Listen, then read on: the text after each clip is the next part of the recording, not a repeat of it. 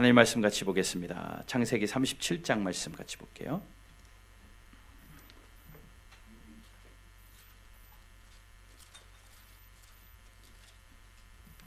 창세기 37장 오늘 18절 말씀부터 28절 말씀까지, 창세기 37장 18절에서 28절까지 한 절씩 교독하며 하나님 말씀 봉독합시다. 제가 먼저 18절을 봉독해 올립니다. 요셉이 그들에게 가까이 오기 전에 그들이 요셉을 멀리서 보고 죽이기를 꾀하여 자 그를 죽여 한 구덩이에 던지고 우리가 말하기를 악한 짐승이 그를 잡아먹었다 하자. 그의 꿈이 어떻게 되는지를 우리가 볼 것이니라 하는지라.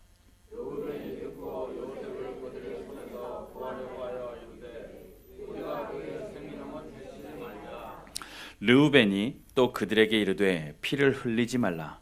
그를 광야 그 구덩이에 던지고 손을 그에게 대지 말라 하니 이는 그가 요셉을 그들의 손에서 구출하여 그들의 아버지에게로 돌려보내려 함이었더라.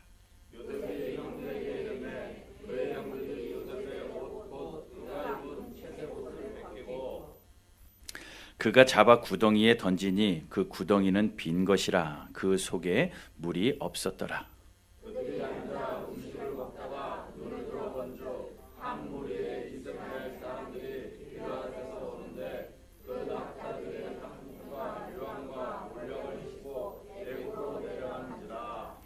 유다가 자기 형제에게 이르되 우리가 우리 동생을 죽이고 그의 피를 덮어둔들 무엇이 유익할까?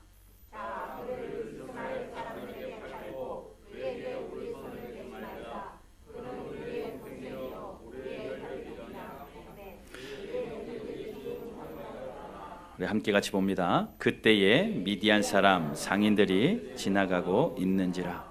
형들이 요셉을 구덩이에서 끌어올리고 은 20에 그를 이스마엘 사람에게 팔매 그 상인들이 요셉을 데리고 돌아갔더라. 아멘. 자, 오늘 봉독해드린 말씀 가지고 무너지는 기대 속에서라는 제목으로 하나님 말씀 생각해 보겠습니다. 여러분 운동 좋아하시나요? 저는 운동하는 것도 몸은 이래도 하는 것도 좋아하고 또 보는 것도 좋아합니다. 워낙 스포츠를 좋아하다 보니까 보는 거를 즐겨해요. 그래서 올림픽 기간에도 너무 재밌었고 또 이제 6월 달에 시작할 월드컵도 굉장히 기대하고 있고 그러고 있습니다. 지난 우리 평창 동계 올림픽을 지나면서 늘 그런 운동 경기가 있을 때마다 느끼지만 참 느끼는 것이 있습니다. 두 가지를 종종 느끼는데, 첫 번째는 선수들의 위대함이에요. 그 선수들이 거기까지 가기 위해서 얼마나 피땀을 흘렸을까. 모여서 시합을 하고 서로 선의의 경쟁을 하면서 금메달, 은메달, 동메달을 나누어 갖고는 있지만 거기에 참석해 있는 모든 사람들, 각 나라의 대표로 이곳에 와 있는 그 모든 사람들은 참 자기에게 주어진 시간들을 잘 견딘 사람들이고 또 거기서 자기와의 싸움에서 어느 정도 승리한 그러한 사람들이었습니다. 참 위대하더라고요. 그들의 나이가 그렇게 많지도 않아요. 10대 후반에 20대 초반, 20대 중반만 넘어가도 고령이더라고요. 운동선수들은. 그러니 여러분 앉아 계신 여러분들의 자녀 정도, 아니 우리 청년들보다도 어쩌면 젊을 수 있는 그 아이들이 10대의 후반과 20대 초반의 그 나이에 자기와의 싸움에서 세계 앞에 섰다. 그 위대함이 대단합니다. 얼마나 많은 날 잠을 못 잤을 것이며 얼마나 많은 날 눈물을 흘리고 얼마나 많은 날 그 괴로움을 견뎌냈겠습니까? 그 작은 어린 아이들이 그것을 했다라는 것이 참 위대하고 좀 놀랍더라고요. 또 올림픽을 보는 동안에 또 한 가지 느껴진 것이 있습니다. 그 선수들의 눈물입니다. 다 우는 것이 얼마나 감동의 드라마를 연출을 하는지. 우는데 두 종류의 눈물이 있더라고요. 하나는 승리의 눈물입니다. 기쁨과 환희의 눈물입니다. 금메달 딴 사람들이 웃으면서 또 자기의 기록을 갱신한 사람들이 또 기대 이상의 성적을 받아 누린 사람들이 기쁨과 환희의 눈물을 흘리는 그런 눈물을 봤어요. 똑같은 눈물인데 안타까움의 눈물들도 있더라고요. 마치 자기가 어느 정도 잘 해오던 그 수준에 미치지 못했을 때, 실수해서 넘어졌을 때, 또 선의의 경쟁을 하다가 안타까운 사건이 발생해가지고 나의 실수는 아니지만 상황이 어떻게 꼬여가지고 아쉬움의 눈물을 흘리는 사람들을 봅니다. 근데 가만히 보니까 아쉬움의 눈물을 흘리는 사람들은요, 이유는 한 가지예요. 똑같이 은메달을 따고도 어떤 사람은 전혀 예상하지 못해서 은메달이 나에게 값진 것이어서 기쁨의 환희의 눈물을 하는 사람이 있는 반면에, 당연히 세계 랭킹 1위이기 때문에 금메달을 기대했던 사람이 실수해가지고 은메달을 따면 아쉬움의 눈물을 흘리더라고요. 뭐 잘잘못은 아니어도 그 실수 때문에 아쉬움의 눈물을 흘리는 것을 봅니다. 우리나라도 쇼트트랙에서 금메달을 기대는 했지만 서로 부딪히고 넘어지고 하면서 메달을 따지 못했을 때 눈물 흘리더라고요.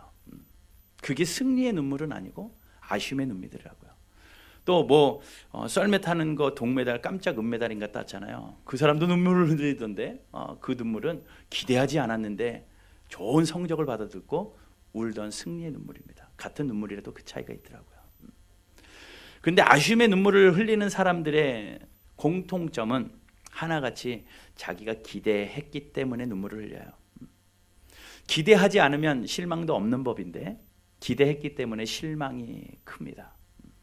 그런 말 여러분 종종 들어보죠. 기대가 클수록 실망도 크다.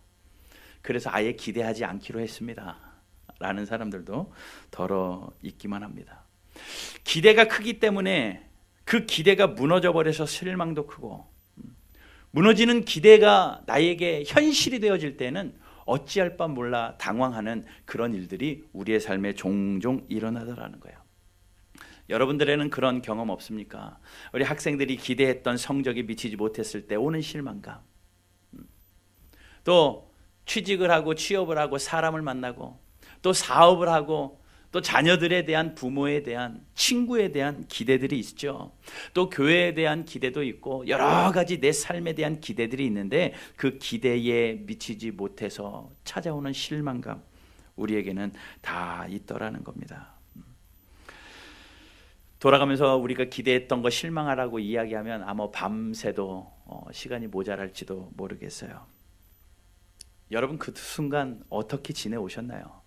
지금까지 여러분들이 기대했던 거에 미치지 못해서 실망했을 때 그 상황을 어떻게 넘어오셨습니까? 정신 차리지 못할 정도로 힘들고 아프고 좌절되어 버리는 그러한 순간들, 여러분 어떻게 넘어오셨나요? 여러분들의 이야기들을 들어보면 그 상황에 사람들이 나타나는 반응이 크게 세 가지래요. 자기가 기대했던 그 기대 속에 무너지는 상황 속에서 사람이 반응하는 종류는 세 가지의 반응이 있다고 합니다. 첫 번째는 후회한대요. 내가 괜히 이걸 했다. 내가 지금 여기에 온 것을 후회하고, 내가 이 일을 시작한 것을 후회하고, 내가 이 환경을 만난 것을 후회하고, 내가 이 사람을 만난 것을 후회하고, 내가 이것을 기대한 걸 후회하고, 그러면서 기대가 무너지면 후회하는 사람들이 있대요. 여러분 한번 더듬어 보세요. 여러분도 그랬을 겁니다. 또 어떤 사람은 불신한답니다. 사람에 대해서 소망을 가졌는데 그 사람에 대해서 기대가 무너져 버리면 그 사람을 믿지 않는 불신이 우리에게 커진다라는 겁니다. 사람을 신뢰하지 않는다라는 겁니다. 돈을 기대했다가도 또 무너지면 신뢰하지 않고, 또 직장을 기대했다가 무너지면 신뢰하지 않고, 인간 관계 속에서도 그런 일들 일어나더라는 겁니다. 하나님을 향해서도 마찬가지죠.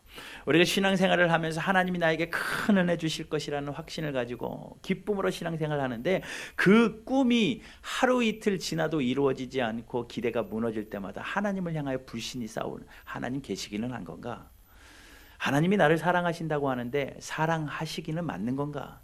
하나님이 나에게 큰 은혜를 날마다 베풀어 주신다고 하는데 정말 은혜가 풍성한 하나님은 맞는가 하면서 하나님에 대한 불신이 싹트기 시작하더라는 겁니다.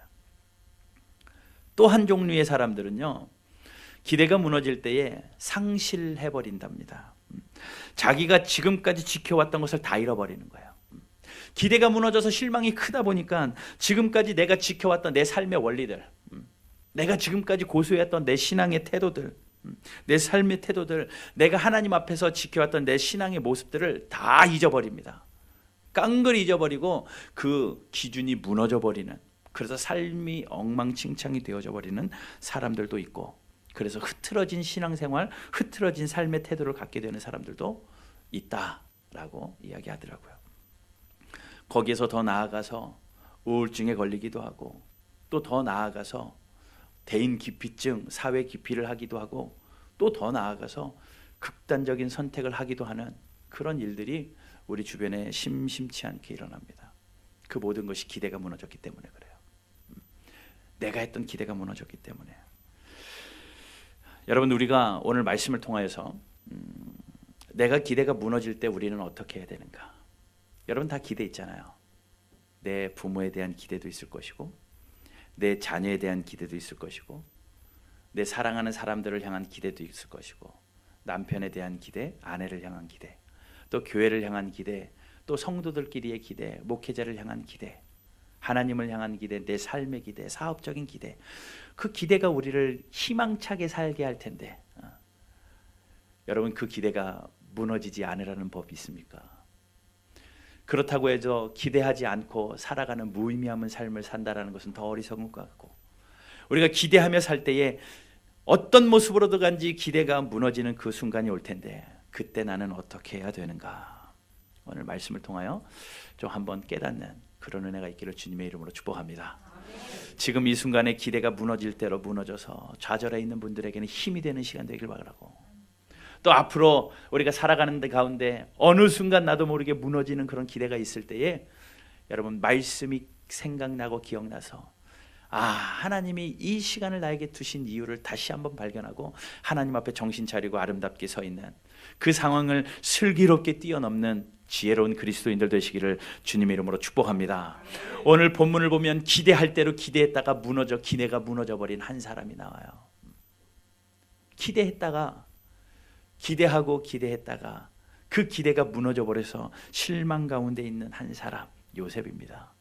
요셉의 인생을 볼 것 같으면 기대가 무너질 때가 얼마나 많은지요.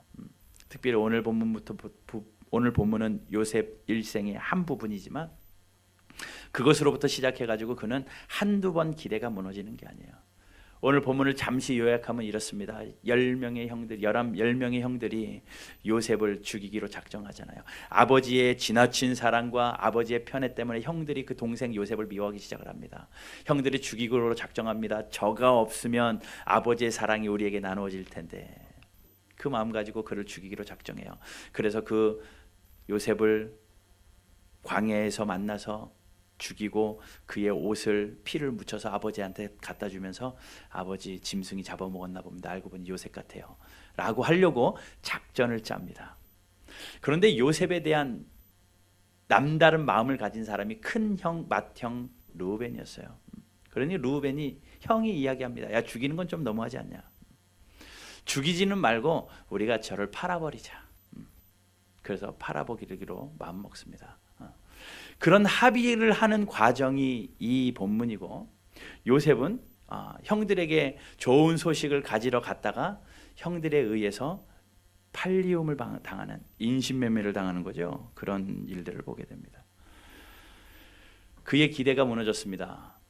형들로부터 자기가 보호받을 거라는 기대도 무너졌고, 또 그 상황이 자기 눈앞에 펼쳐지는 것을 보면서도 큰 형이 자기 편 되어줬거든요. 야, 이 막내를 죽이는 것은 그렇지 않냐? 우리가 저를 살려줘야 되지 않냐? 라고 이야기하는 그 형에게 기대를 걸었을 겁니다. 르우벤에게 기대를 걸었어요. 오늘 본문을 한번 볼게요. 21절 보겠습니다. 20절부터 제가 읽을게요. 자, 그를 죽여 한 구덩이에 던지고 우리가 말하기를 악한 짐승이 그를 잡아먹었다 하자. 그의 꿈이 어떻게 되는지 우리가 볼 것이야 하는지라. 형들이 막 이야기합니다. 그때 큰 형이 21절에서 이렇게 이야기합니다. 르우벤이 듣고 요셉을 그들의 손에서 구원하려 하여 이르되 우리가 그의 생명은 해치지 말자. 자, 큰 형이 나타나가지고 생명은 해치지 말자, 구원하려고 합니다. 그렇더니 그 상황을 본 요셉이 기대하지 않았겠습니까? 다른 형들에 의해서는 죽을 수밖에 없지만 큰형이 나를 살려줄 것이다, 큰형이 나를 보호해 줄 것이라는 그런 기대가 있었을 거예요. 그런데 그 기대가 무너지고 구덩이로 던지움을 당하게 됩니다. 자, 24절 보면 그를 잡아 구덩이에 던지니, 구덩이에 던져져요. 형들로 인하여서 큰 형으로 인하여 구출받을 거라는 목숨은 간신히 건졌지만 그래도 던지움을 당하고 또 그 형들에 의해서 또 팔리움을 당하는, 애굽의 상인에게 팔리움을 당하는 그러한 버려짐의 상황을 경험하게 됩니다. 자, 보디발의 집에 팔려갔어요. 노예로 지나면서 그가 살았던 삶의 태도는 정직과 성실이었습니다. 얼마나 정직하게 살았고 얼마나 성실하게 살았던지 그 집 주인 보디발은 요셉에게 모든 것을 맡깁니다. 가정 총무로 삼으셔요. 가정 총무로 삼았다는 것은 그 집안의 모든 재정을 관할할 수 있는 권한을 요셉에게 줬다는 겁니다. 어디 자기가 돈 주고 사온 하인에게 자식의 재산을 맡기겠어요? 그만큼 믿음직했다라는 거 아닙니까? 그러니 요셉이 또 한 가지 기대하지 않았겠어요? 보디발은 그 당시에 애굽 왕의 2인자 오른팔 같은, 어쩌면 오른팔 왼팔 같이 2인자 역할을 하던 그러한 위치에 있는 사람입니다. 굉장한 권력가고 굉장한 힘이 있는 사람이었기 때문에 그 사람에게 신임을 받고 있고 내가 그 사람의 가정총무가 되어서 살고 있다는 것은 그의 마음속에 한 가지 소망이 싹 트는 거예요. 뭐냐면 기회가 되면 저분이 나를 자유로운 몸으로 풀어줄 수도 있겠다. 저 사람이 나에게 이제 물질도 맡기고 재정도 맡겼으니 이제 곧 나에게 좋은 기회가 봄날이 올 것이다 라는 희망과 소망이, 기대가 그에게 싹 텄을 것이 분명합니다. 그런데 어떻습니까? 그 아내의 모함에 의해서 풀리기는커녕 감옥으로 또 한 번 버리움을 당하죠. 기대가 무너진 겁니다. 여기서 내가 풀려나서 좋은 기회로 자유인이 될 수 있을 것 같았는데 오히려 상황이 더 나빠지는, 기대가 한 번 더 무너지는 그 상황이에요. 그리고 그 상황 가운데서도 또 열심히 삽니다. 그런데 그의 정직과 그의 성실은 사람들이 알았는지 감옥에서도 그에게 많은 일들을 맡기는데 떡 굽는 관원장과 술 맡은 관원장, 왕의 최측근 2명을 보필하게 됩니다.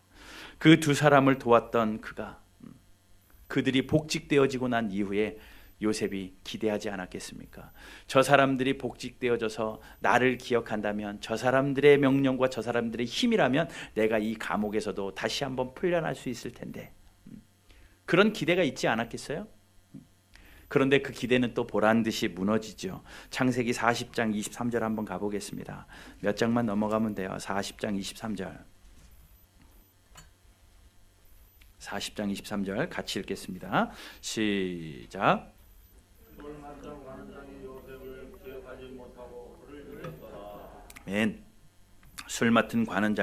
요셉을 기억하지 못하고 잊었어요. 요셉은 기억해 주길 바랬겠죠. 기억해 주고 나를 이곳에서 꺼내 주기를 기대했겠죠. 그런데 술 맡은 관원장이 기억하지 못하고 요셉을 잃어버립니다. 요셉이 얼마나 기대가 많이 무너집니까? 형들에 대한 기대 무너지죠. 큰 형에 대한 기대 무너지죠. 내가 섬겼던 주인 보디발에게 기대가 무너지죠. 또 내가 또 섬겼던 관원장들에게 기대가 무너지죠. 기대가 계속 무너지는 연속입니다.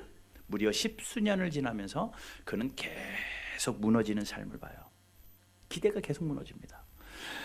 그런데 성경을 아무리 읽어도 그가 기대가 무너졌기 때문에 그의 삶이 흐트러졌다거나 기대가 무너졌기 때문에 원망했던 것은 성경에 기록되어 있지 않습니다.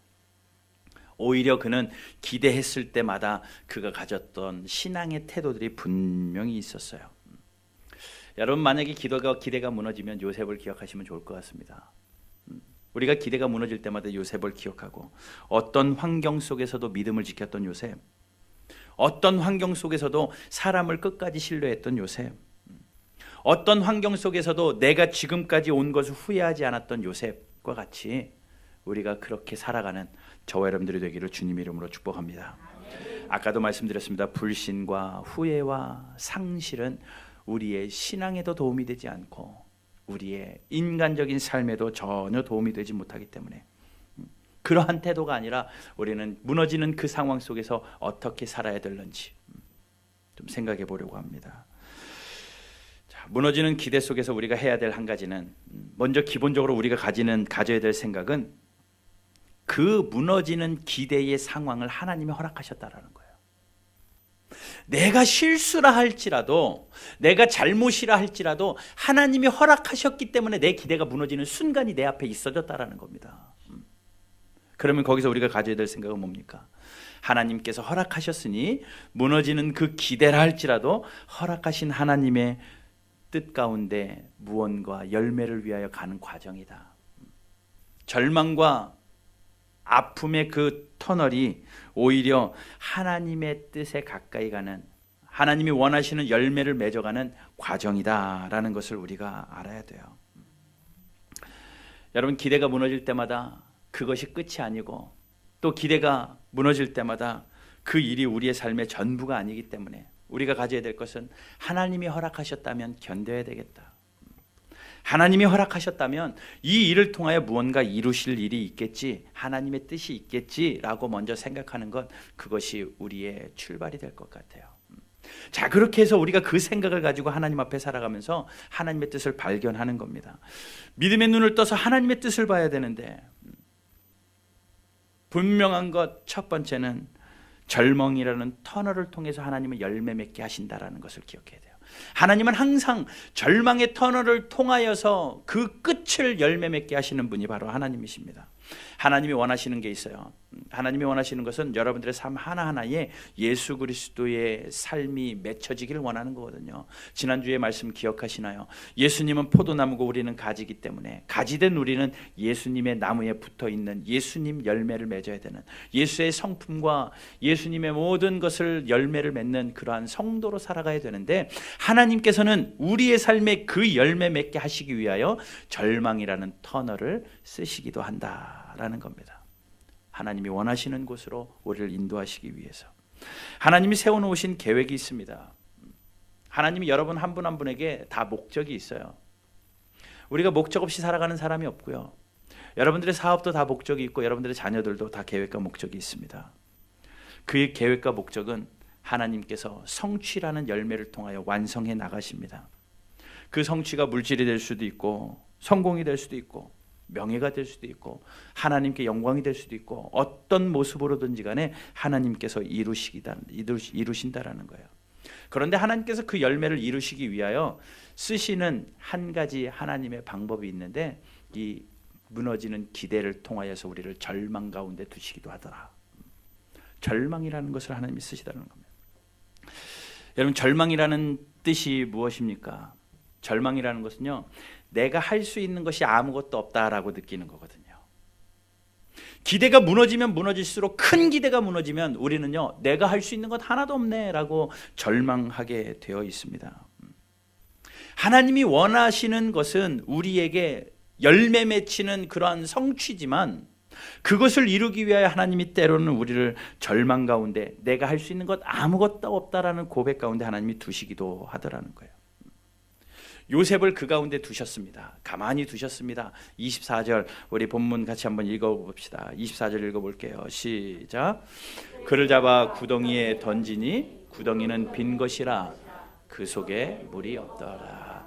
자, 물이 깊게 있었던 그 구덩이에 물마저 없는 빈 곳에, 네모 반듯한 그 구덩이에 요셉이 던지음을 당합니다. 그곳에서 요셉이 할 수 있는 것이 무엇이 있겠습니까? 짐승을 잡는 덫이었을는지 모르겠습니다. 그곳에 빠진다면 아무도 자기 힘으로 그 구덩이를 나올 수 없는 그런 상황, 그곳에 갇혀 있는 요셉은 절망 아니겠습니까? 그 절망의 터널을 통하여서 하나님께서 요셉을 일으키시는 것을 봅니다. 자, 그런데 그 상황 가운데 우리가 해야 될 것이 있어요. 그 상황 가운데 우리가 해야 될 것은 그 절망의 터널에서, 그 구렁텅이에서 우리가 하나님을 바라보는 훈련을 해야 된다는 거예요. 자, 요셉을 지키셨던 하나님이 형들에 의해서 구덩이에 던져지는 것을 막지 않으셨습니다. 허락하셨습니다. 그렇다면 그 하나님이 우리에게 무너지는 기대도 때로는 허락하실 수 있어요. 얼마든지 막으실 수 있는 능력이 하나님이죠. 그러나 하나님께서 그대로 놔두실 때가 있습니다. 사람에 의해서 철저하게 기대가 무너지기도 하고, 내 사업에 의해서 물질을 통하여서 무너지기도 하고, 내 일을 통하여 무너질 때가 있습니다. 그때마다 하나님이 그냥 내버려 두실 때가 있어요.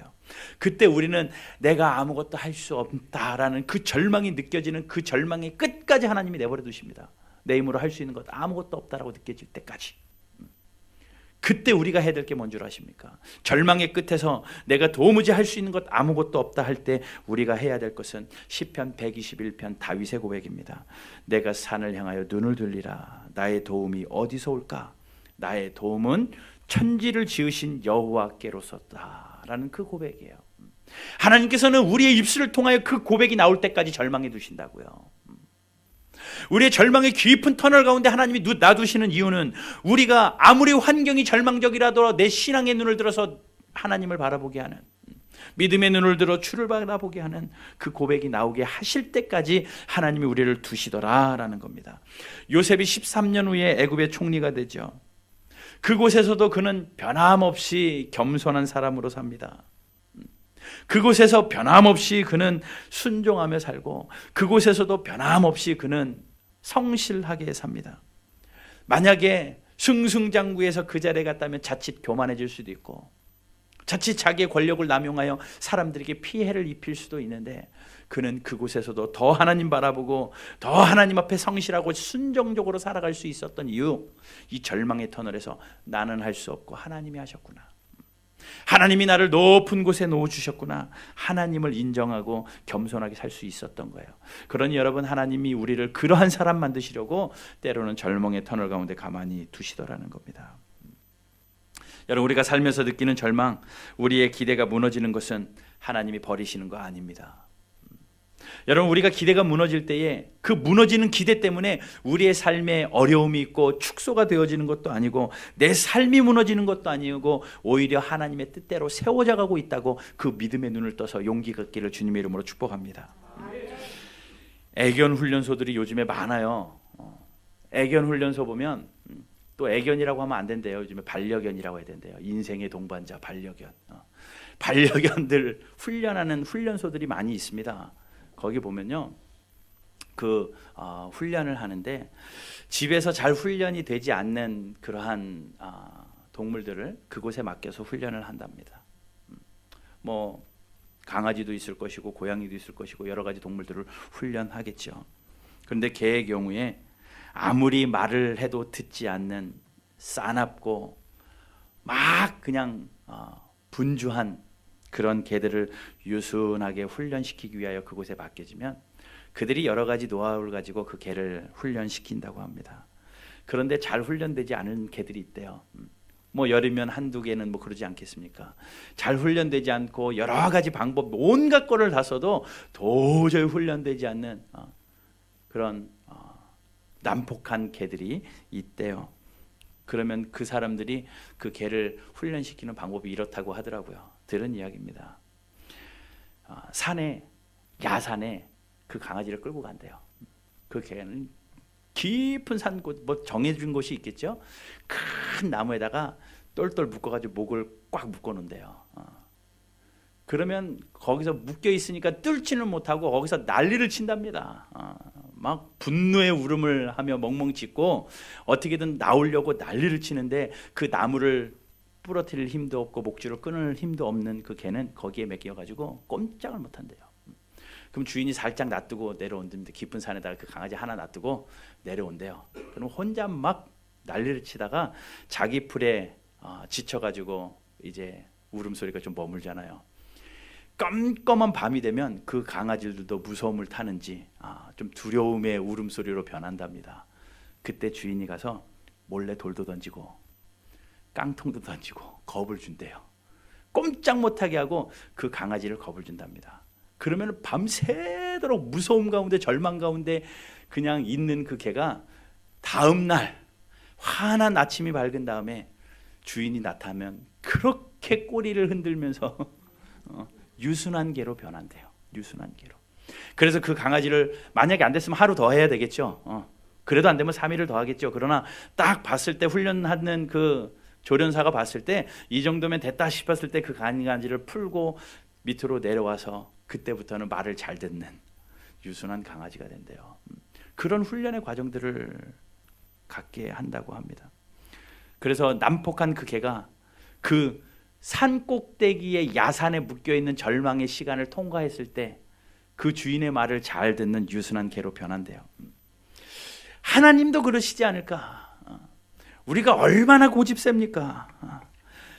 나만큼 고집센 사람이 어딨고, 나만큼 내 뜻 강한 사람이 어딨고, 나만큼 내가 가진 게 다라고 생각하는 사람 어딨고, 자신의 집중해서 자신의 삶에 집중하며 굉장히 이기적으로 나만 생각하며 살아가는 난폭한 사람이 또 어디 있겠습니까? 하나님이 이것 아시죠?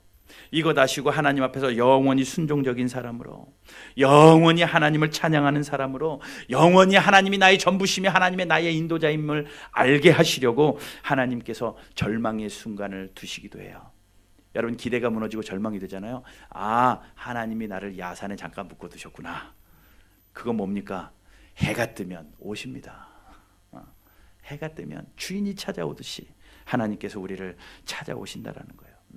여러분, 그러므로 그 순간을 우리가 슬퍼하며 분노나 후회나 상실이나 좌절이나 원망이나 이런 삶이 아니라 견디십시오. 하나님을 바라보면서 나의 도움이 어디서 올고 하나님을 찾으십시오. 그리하여 그 과정들을 통하여 하나님이 나를 하나님의 사람으로 만들어가는 그러한 통로로 사용되기를 주님의 이름으로 축복합니다. 요셉이 그랬어요. 또 한 가지는 그 과정을 통하여 하나님이 하시고자 하는 것이 한 가지 더 있습니다.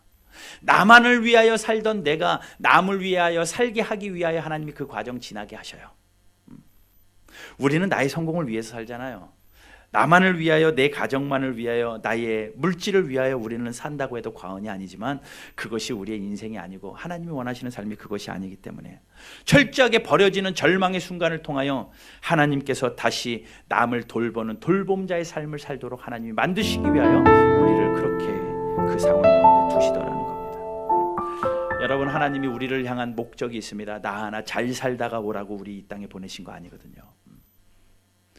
그래, 내가 너에게 주신 삶의 터전에서 잘 살다가 부자 돼서 천국 오너라 라고 하나님 우리를 이곳에 보내신 것이 아니라, 우리가 이곳에서 하나님 앞에 영광 돌리는 것도 중요하지만 내 삶에서 내가 영향력 있는 그리스도인으로, 빛과 소금으로, 빛은 남을 비춰야 되는 거고 소금은 썩지 않게 해야 되는데, 빛과 소금으로 살아있는 그리스도인으로, 영향력 있는 그리스도인으로 살다가 오라고 하나님 우리에게 이곳에 보내셨다면, 우리가 그 버려지는 그 순간들을 통하여 오히려 남을 돌볼 수 있는 안목을 갖게 되더라는 거예요. 여러분, 요셉이 그랬습니다. 요셉이 철저하게 형들에게 버림을 당하고 주인에게 버림을 당하고 여러 가지 상황에서 버림을 당했지만, 버림을 당해봤던 사람이 버려진 자의 심정을 이해하는지 그가 총리 대신이 되어진 다음에 약한 자들을 돌보기 시작을 합니다.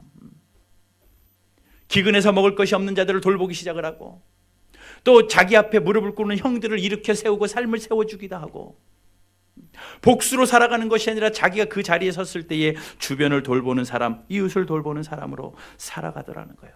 여러분, 우리 한국 사람들은 이거 참 못합니다. 주변 돌보는 거요.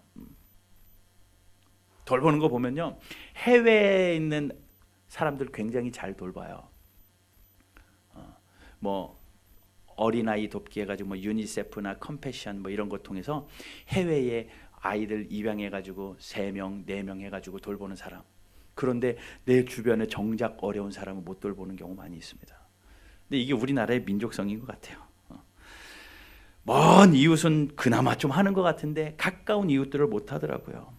그래서 우리나라 속담에 사촌이 땅을 사면 배가 아프다라는 말이 맞는 것 같기도 합니다. 어떤 한 사람이 절제절명의 위기 가운데 기도원에 기도하러 갔습니다. 너무나도 큰 위기가 왔고 아픔이 왔기 때문에 하나님과 단판 지을 마음으로 기도원에 가서 하나님 앞에 기도합니다. 사단이 여러 가지로 공격하는 것을 영적으로 느끼기 시작을 했어요. 근데 사탄이 기도하는데 오더래요. 오면서 그랬습니다. 기도 그만하고 산에서 내려가, 집으로 가면 내가 그토록 원하는 네 아들 가장 좋은 대학 보내줄게. 가고 싶어하는 대학 붙여줄 테니 가라고. 그러니 기도하던 사람이 이거는 사탄이 주는 유혹이다, 사탄아 물러가라 그러면서 기도를 했대요. 그랬더니 좀 있다가 사탄이 또 찾아오더랍니다. 그러면서 그러더래요. 네가 그렇게 갖고 싶어하는 집 한 채, 가장 좋은 땅, 가장 좋은 곳에 있는 집을 너에게 줄 테니 기도 그만하고 내려가라 라고 사탄이 속삭이더래요. 그래도 아랑곳하지 않습니다. 그래, 나는 하나님 앞에 기도해야지 하면서 사탄아 물러가라 하고 또 기도를 했대요. 그런데 사탄이 포기하지 않고 또 찾아오더랍니다. 또 찾아와서 한다는 한마디, 내가 너한테 준다는 거 너가 가장 친한 친구한테 줘도 되지? 그랬대요. 그랬더니 아니요 그러고 기도원을 내려왔답니다. 우스갯소리긴 해도 그만큼 한국 사람들이 이웃 돌보는데 인색하대요. 말은 얼마나 거창합니까? 또 계획은 얼마나 거창합니까? 그러나 실제적으로 이웃을 돌보는데, 이웃을 사랑하는데 우리가 너무나도 이기적이고 나만 생각하는 일들이 있다라는 거예요. 하나님은 돌보는 자의 삶을 살게 하기 위하여 우리로 하여금 버려지는 그런 상황들을 놔두실 때가 있다라는 겁니다. 오늘 본문 28절을 한번 같이 보겠습니다. 37장 28절 같이 한번 읽어볼게요. 시작. 형들이 요셉을 구덩이에서 끌어올리고 은 20에 그를 이스마엘 사람들에게 팔매. 형들에 의해서 철저하게 버림을 당하는 그것을 하나님이 가만히 내버려 두실 때는 그 과정 10수년 후에 그가 총리 대신이 되었을 때에 돌볼 수 있는 사람이 되게 하는 그러한 인생의 과정이었다라는 거예요. 여러분, 우리에게 건강이 있고 또 우리에게 장수가 있고 또 우리에게 사회적인 지위가 있고 또 넉넉한 물질이 있고 명예가 있는 것, 하나님께 영광 돌리라는 것이고 또 이웃을 돌보라는 하나님의 여유의 축복을 주신 줄로 믿습니다. 주변을 돌보시고 남을 세우는 우리 바른교회 되기를 주님의 이름으로 축복합니다. 예수님도 그러셨어요. 예수님이 마지막 십자가 지시기 전날 밤에 하나님 앞에 울며 기도하기를 왜 나를 버리시나이까? 아버지여 왜 나를 버리시나이까? 라고 기도했지만 하나님이 그 철저하게 버려짐의 시간을 가만히 내버려 두신 것은 부활하신 그 예수님이 약한 자, 연약한 자, 아픈 자 돌보게 하시는, 돌봄의 주로 서게 하시기 위한 아버지의 뜻이 아니겠습니까? 여러분, 우리가 이 세상에 살아가면서 하나님의 빛과 소금의 역할을 감당하도록 하나님께서 우리를 훈련시키실 때에 누군가에게 나의 손을 펴서 도울 수 있는, 영적으로 돕고 물질적으로 돕고 사랑으로 도울 수 있는 그런 조력자들이 되기를 주님의 이름으로 축복합니다. 하나님의 사람 다윗에게는 요나단이라는 돕는 자가 있었고, 하나님의 사명자였던 복음의 선지자 바울에게는 바나바 같은 돕는 사람이 있었고, 예수님의 길을 예비했던 요한처럼 세울 수 있는, 나 혼자 잘나서 서는 것보다 누군가를 세울 수 있는 그런 은혜가 있게 되기를 주님의 이름으로 축복합니다. 그러기 위해서는 하나님께서 바람 빼는 작업을 우리의 삶에서 하신다고요. 여러분, 사막에 가다가 차가 빠졌어요. 사막에 바퀴가 빠져가지고 모래를 뚫고 나오지 못할 때 방법은 하나랍니다. 바퀴의 바람을 빼버린대요. 바퀴의 바람을 다 빼버리면 그 사막의 모래를 뚫고 나올 수 있다라는 겁니다. 하나님께서 우리를 바람 빼시는 작업 하실 때가 있다라는 겁니다. 우리 뺄 것은 빼야 되고 그것 가지고 섬길 수 있는 그러한 삶을 살게 하시기 위하여, 돌보는 자로 살게 하기 위하여 하나님께서 우리를 때로는 기대를 무너뜨리기도 하신다라는 것 꼭 기억하시길 바라요. 어떤 농부가 콩을 심을 때에 한 알은 한 알에 딱 세 알을 심었대요. 한 알은 하늘의 새를 위하여 심고, 한 알은 땅속의 벌레를 위하여 심고, 한 알은 사람들이 먹기 위해서 심었답니다. 새싹도 나무도 사람도 나누어져야 서로 성장할 수 있듯이, 나누지 못하면 썩고 정체될 수밖에 없는 것인데 우리가 나누고 또 손을 펴는 저와 여러분들의 삶이 되기를 주님의 이름으로 축복합니다. 어떤 자가 복된지 사도행전 20장 35절에 이렇게 말씀하고 있어요. 같이 읽어봅시다. 시작.